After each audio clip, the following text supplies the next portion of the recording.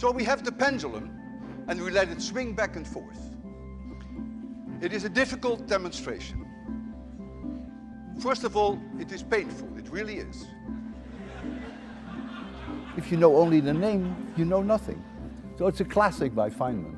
What is important in life is that students experience important milestones in physics, even though later they may not remember the details anymore.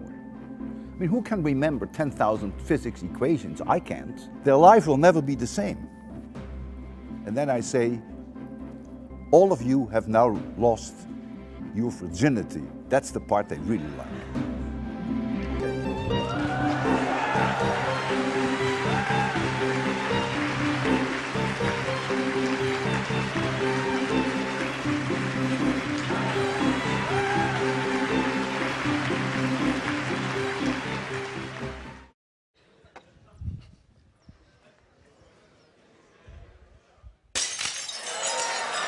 A 5-meter-long pendulum with a 30-pound object, 15 kilograms. And I hold that object on my chin, and then I let it go. So if I gave it a push, it would come back higher than it was released, and it would be my last lecture, because it would crush my skull.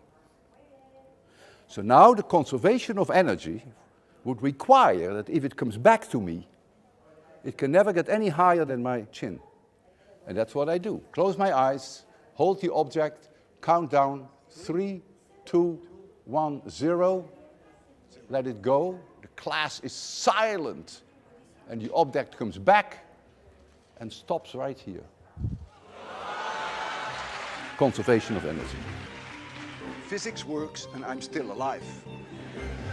With a cigarette and with light in your lungs, you can explain why the sky is blue and why clouds are white. Think about it. On the scale of a human body, you can explain something of the world outside you. Isn't that cute? They've all looked at rainbows, and then I convinced them that they've never really seen it.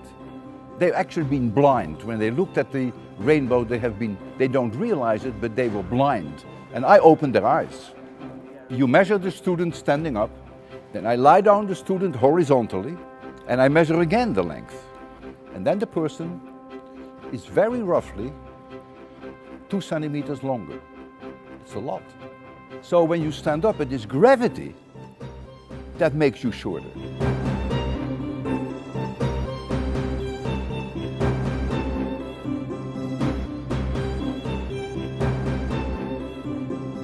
They had bad teachers, so they carry on the bad teaching. It is just, it goes on from father to son to so on. They are criminals because they miss golden opportunities and make it dull and boring. And so people begin to hate physics, and that stays with them for the rest of their lives. Then they even make the mistake to think that physics is difficult. Absolutely not true. We have an obligation to explain it to the man on the street in a way that they can still sort of get an idea. So you have to find analogies to make them see what the importance of certain discoveries is. Without quantum mechanics, without special relativity, without general relativity, you wouldn't have cell phones today. You wouldn't have GPS today. You wouldn't have television today. You wouldn't have radio today. So the pioneering contributions in physics have changed your life dramatically.